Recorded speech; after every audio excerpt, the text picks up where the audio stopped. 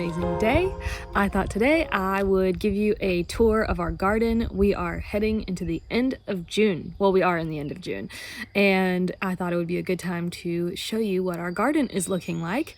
This has been a really fun garden season for us because this is the first time in our 5 years of gardening, 5, that we've been at the same place for a second year. So we've never been at the same place for 2 garden seasons in a row. And so it's been really fun to have second year things. And if you didn't know, we do rent, but our landlord is wonderful and has let us turn our backyard into a garden oasis. And so it's been a huge blessing. When we first moved in here, we knew we wanted to do a garden, and so we decided we would do Richard Perkins market garden style. As far as the setup goes, with the wood chips as the rows and then compost and as the obviously where you plant the stuff. So for our main garden, that was the kind of structure that we used. He is definitely way more organized in how he plants, and I just kind of plant where things inspire me in the moment. I try to be very thoughtful in how I plant things. Like, I even started a garden journal of where I was going to plant everything, but then in the moment everything just changes. And also, since this is our second year here, we composted all last year, and we had a huge ring of beautiful rich compost that we were able to top off all of our garden beds with. But along with that, apparently our compost didn't get hot enough to kill all the seeds, so any of the seeds that were in our compost have all come up.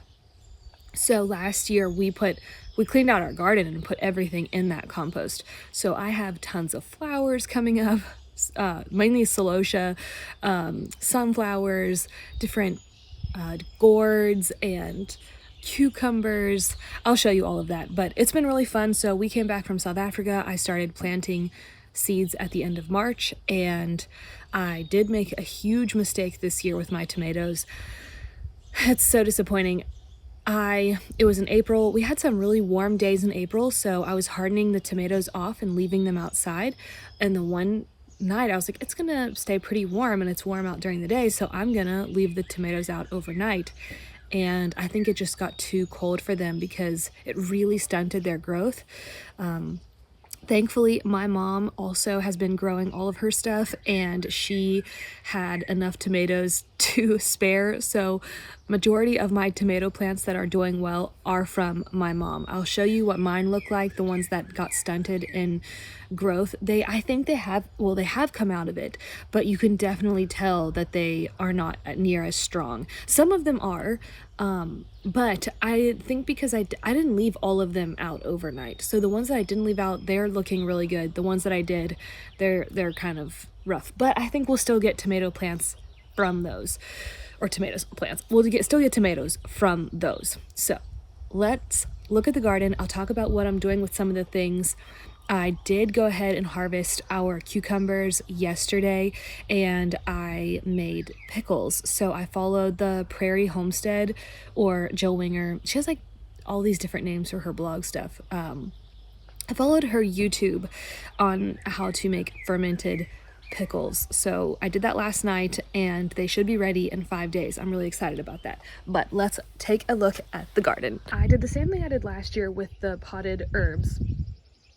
And I did not grow as many herbs from seed as I did last year because I had so many that just came back, and I just stored all the pots in the garage, and a lot of them have come back, which has been wonderful. We do have some fig trees. We planted those at our land that we had in Kentucky, and then we dug them up and we have them in pots. So we have 4 fig trees. They've never fruited, but they are definitely getting bigger. And let's see, some of the new herbs I'm doing this year is marshmallow. This is marshmallow. And the plants that came back from last year is the motherwort. Actually, all of these came back. The rose geranium. This one is pineapple sage. I got from the nursery last year. And then on this side is all of my other herbs as well. Well, this one I need to weed because holy basil is in here somewhere, but I need to take all these weeds out. If you hear the squeaking noise, it's our umbrella turning. And then we've got some bronze leaf fennel. So this I'm growing for the leaves. I also have fennel in the garden that I'm growing for the bulb. And then citrus marigold, these all self-seeded from last year. This is the pot that I had it in last year, so it's coming up all on its own, and this stuff is amazing. If you could smell it, it smells so good. And I actually use this to make oil for my face. So I did this last year. I trimmed the leaves and the flowers, and I put them in jojoba oil, and then I let them sit in well, I let them dry out a little bit before I put them in the jojoba oil. Put them in the jojoba oil in a jar, put it in the sun, in the window, and let it sit for a month. And then I use that as a facial oil. I also do gua sha on my face with the gua sha stone to help with lymphatic drainage and massaging our face and my face. And this is wonderful. There's a lot of benefits to marigold. And then there's more of the fig trees. These came back from last year. This is my yarrow. It's interesting because the yarrow that's in the pot did not do good this year. This is exactly what it looked like last year when I grew it from seed, but the yarrow that I planted in our raised bed is doing amazing. It looks so good. So I'm pumped about that. And my friend Jenna from Teacup Homestead, she told me that you can take yarrow leaves, dry them out, and then when you need, if you like have animals that are bleeding, or if you have a situation where someone's bleeding and you need to stop the bleeding, you can grind this up into a powder and make it into a paste and put it on the wound, and it will stop the bleeding. So I think that is amazing. This is chamomile from last year from seed. It self-seeded and came back again.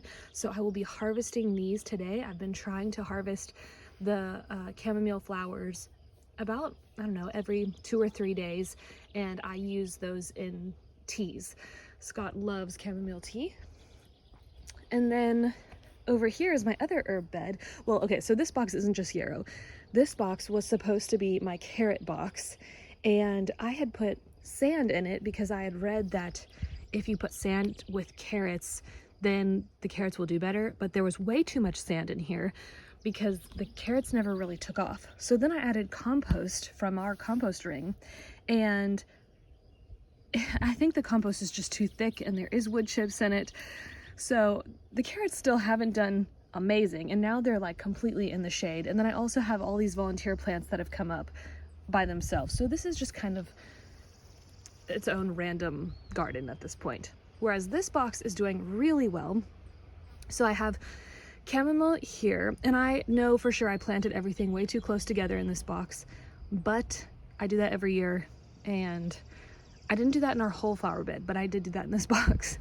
And then I have some sunflowers. This is strawberry blonde calendula, and I got this from Baker Creek. This is my first year growing these, and I love them. They are so beautiful. So I will try to usually get them at this stage and cut them and then bring them in the house, dry them out. I don't always cut all of them because I think they're pretty, and I like leaving some for the bees, because you can see like even the little pollinators. Look at all the pollen on him. So I don't ever harvest all of my herbs because I like sharing them. And then I have dandelion. So this is also from Baker Creek. I grew this last year. It seems silly to grow dandelion, but I love growing it in a pot, or in this year I did it in the raised bed, because I can come out here, I harvest the leaves, dry them out, use them in teas, and then also at the end of the season I can pull the roots out easily enough out of here and then dry the roots out for teas as well. And these ones, this variety of dandelion in the fall makes the most beautiful blue flower. And then I have lemon thyme from last year, which is going to seed. I've been trying to cut it before it goes to seed, and it has just, I don't know what's happened here either. It dried out or something. I don't know what happened there. But I've got more calendula. I think this one is fancy. That's the variety of this one. And then I've got sage that I grew from seed. And then over there is more bronze leaf fennel in the corner and more yarrow. And then this box over here is my carrot box, and it's doing much better as a carrot box. So I did 2 different varieties of carrots, and this side, the carrot seeds, I think were a dud. So I had to replant those, and that's why this is much smaller than that side. But I also had tons of volunteer tomato plants come up in this bed that we ended up digging up, and I'll show you where we moved them. And I'm so thankful. I almost left them in here, and I'm so grateful that I didn't, because I didn't realize that there were 16 in there until I started pulling them up, and that would have been very overwhelming. We also have a cucumber plant that came up in here on its own, and I've already started picking the cucumbers from it, but you can still see there's a few more small baby ones in there that'll hopefully take off. And then these giant sunflowers that came up by themselves, I believe these are evening sunflowers, because I had evening sunflowers planted here last year, and they have self-seeded and are coming up again. And then here is the main flower bed. Well, garden slash flower bed. So we've added a few beds compared to last year. This bed is new. Here before last year we had a raised bed here, and then there was like the naked lady flowers, and so we went ahead and dug those up. And these are the tomatoes from my mom. These I think are Amish paste, and I'm not pruning them, but I'm still using t-shirts and tying them to the bamboo poles just to keep them from falling all over the place. I clearly am behind and need to keep going, but yeah, that's this row. And then I've planted nasturtiums along it, and then we have a mystery plant right here. Down here we have our compost, and both of these are new this year. I was out here this morning weeding, so I've got my weeding bucket and my little kneeling pad there. And this is the purple sweet potatoes from iHERB. They're doing really good. And this is the russet potatoes, also from iHERB. And then these are all of the tomatoes that were in that carrot box that I pulled out. So we moved them down here, created a row for them, and we were going to go buy more conduit pipes. We bought these last year to string our tomatoes, and we were going to get more. But when we went to the store last year, we got them for $3, and now they're $12.99 a pipe. Isn't that crazy? So we didn't end up buying any more, and now we're just utilizing our bamboo poles that we have in our backyard. Just cut this down. So these are all indeterminates, so I'm just tying those to the bamboo poles, and then those I wind up the string. And then this row, we've got our peppers. I've been harvesting the jalapenos already. The other peppers aren't ready yet. And then I've got some more calendula. And then here are my gooseberries I'm so excited about, or golden cherries. I call them gooseberries, but they're so delicious, and I'm hoping I get an abundance this year to where I can make gooseberry jam.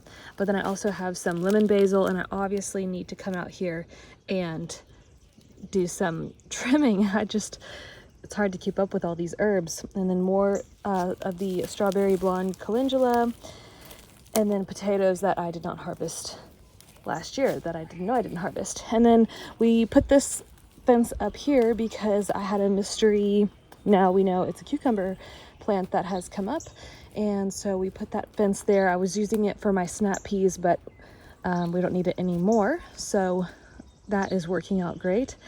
And my poor onion bed, they were looking so good, and I think the bunnies just go through it, or the skunk goes through it and just stomps on it. It's really quite sad, but the onions look really good. The onions are doing great for the first time ever. So I have red onions and candy onions. And then I have gooseberries coming up all throughout the garden, which I'm actually really pumped about. They self-seeded from last year because I had them in this area last year. And this is my beet bed. Lots of beets here. The bunnies are trying to steal those. And then at the end, I have some zinnias, California poppies, and dill. And then this bed is the chamomile came up by itself because I had it here last year, so it's self-seeded. I need to go ahead and pull some of these up. And then the flamingo celosia I planted, and then I have some holy basil and okra. And as you can see, my cabbage is not doing good either. I am not great at growing cabbage. I really struggle with the worms. This year I even bought, I think it's called like Aunt Fanny's organic spray, and it has like essential oils in it, and on overcast days or at nighttime I would spray that on it, and I don't know if it worked or not. I've been trying to just manually pick them all off, but I clearly still miss them. It's a hot day, so everything looks very dry. But I did have 2 successes. So we've got this one and this one that are looking really good, and I'm pumped about that. I'll be happy if I get 2 out of it. And then I've got some more calendula, and then I've planted beets in the empty spots. And then this is more tomatoes. So again, we had these here last year. I know you technically shouldn't plant tomatoes in the same spot 2 years in a row, but we don't have a lot of space to work with, and this is the only place I had left, so I just topped it off with our compost and pray that that's good enough. So far, it looks like it's doing great.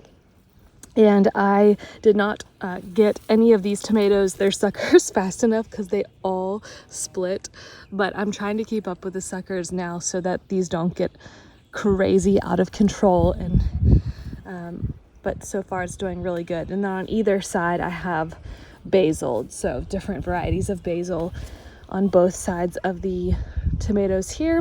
And then on this side I have cucumbers, which I have already harvested and made fermented pickles that should be ready in a few days. And then I've put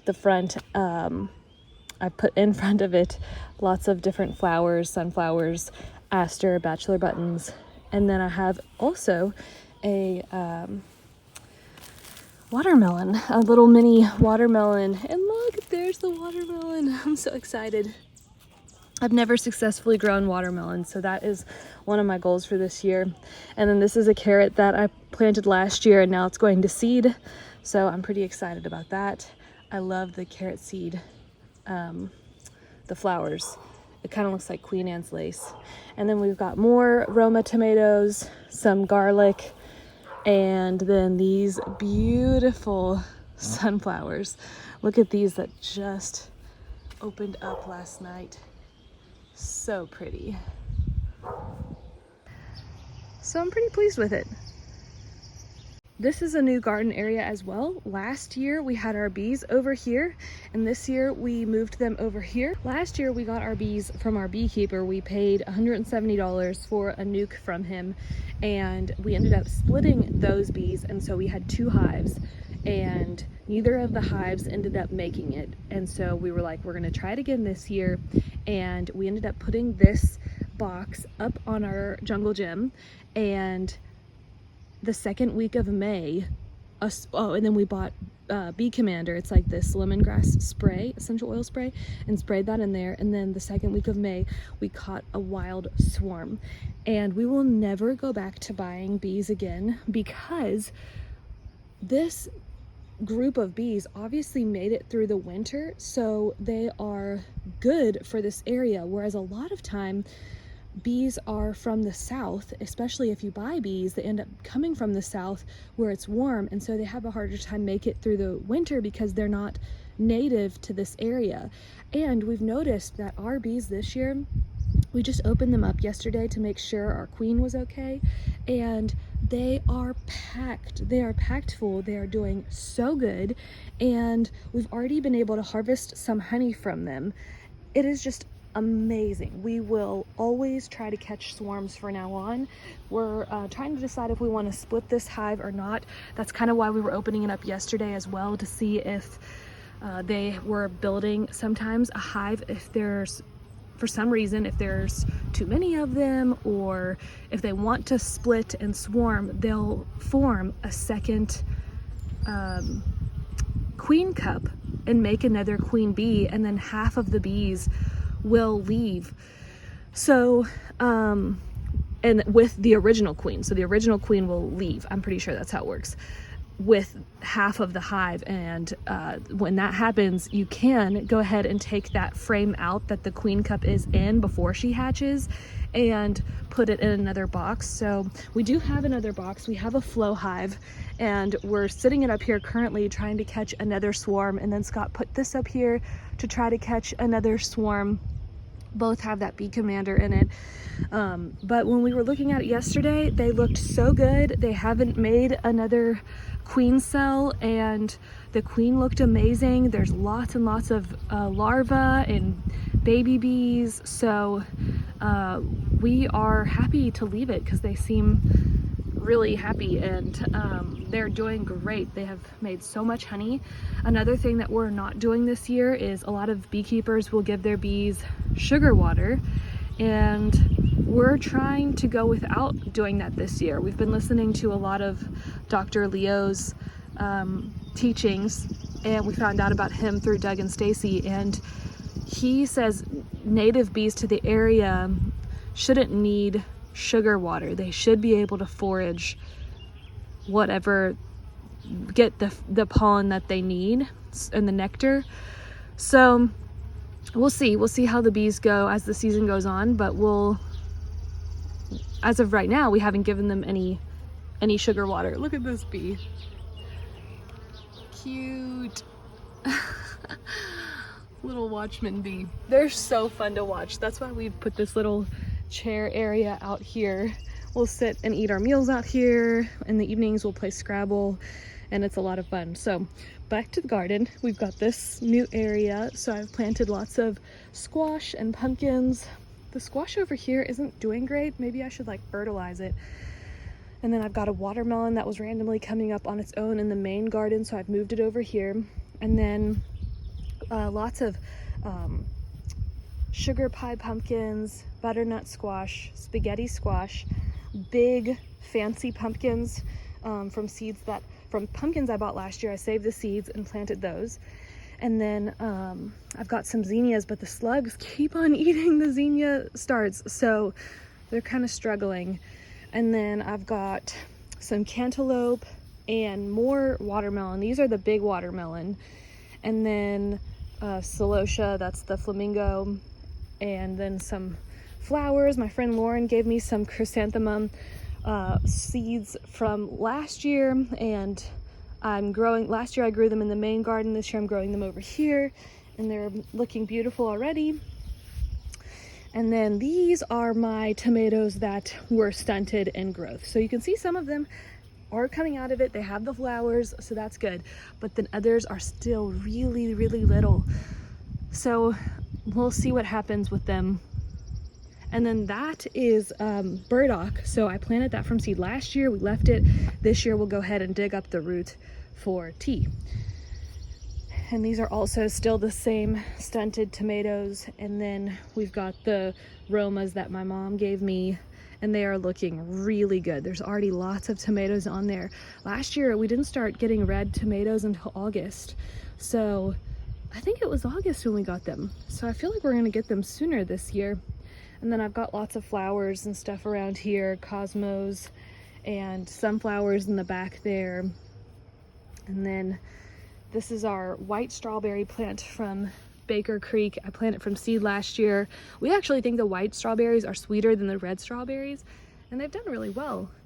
And then I've also got some flowers here. This area doesn't look so good. I don't know if it's because it doesn't, well, it gets evening sun. I don't know, it doesn't look great. I planted fenugreek. This is the fenugreek. You know what? It looks like the bunnies are eating it all. I think that's been the problem. But, so I think these are the seed pods. So I'll harvest these. Fenugreek tea is so good for you. It's good for lymphatic drainage. So that's why I wanted to grow it, but it is not looking great. And I think now I know why. I think the bunnies enjoy it too. So that is this area. And this is all the new garden bed that we didn't have last year. We had to create beds because I planted way too many things. And then this area is also new. So I had this vision of a sunflower wall, and I think the vision is going to become a reality. I've done sunflowers, and then I've done a mix of other flowers like zinnias, baby's breath, Pacific status, aster, and cosmos. I can't remember what else, bachelor buttons. And look at these, look how pretty this evening sunflower is. So beautiful. And this one too, when it opens. So I've got a mix of sunflowers going on. I've got Russian, I'm trying to think, Sunspot, Mammoth, Evening, Soraya. And I did label which is where, so I'll be able to know what is what, because I don't really know what they look like. And then I ordered these ornamental wheats from Baker Creek, and I think they're really pretty. They didn't do as well as I thought they would. I'll show you the pot that they're doing really well in. Then I went ahead and planted some more squash. I'm trying to really focus on growing things that we can preserve, and so these are butternut that we got from Wendellberry's center 2 years ago. I saved the seed from them. And then I've got spaghetti squash that is from our seed that we grew in 2019. And then I've got sugar pie, so only one of those sugar pie pumpkins are coming up. And what is that? Oh, that is the cucumber, the beta alpha cucumber. Acorn squash didn't come up, and then this is a cantaloupe, so 2 cantaloupes look like they're coming up. So I'll plant those probably in that back garden area. And then our little porch area. So this is the the oriental wheat that has done really well in this pot. And this is my strawberries that didn't do great here. Something has dug into that one. And this is our little back patio. I've got sunflower starts that I need to go ahead and plant. And yeah, the bamboo this year has come back huge, which is amazing. It's a nice little privacy area over here. Oh, and this is my sweet potatoes that we started in the pot, and I just let them keep growing because the greens are pretty. And then I did plant more starts over here to grow sweet potatoes in this pot as well.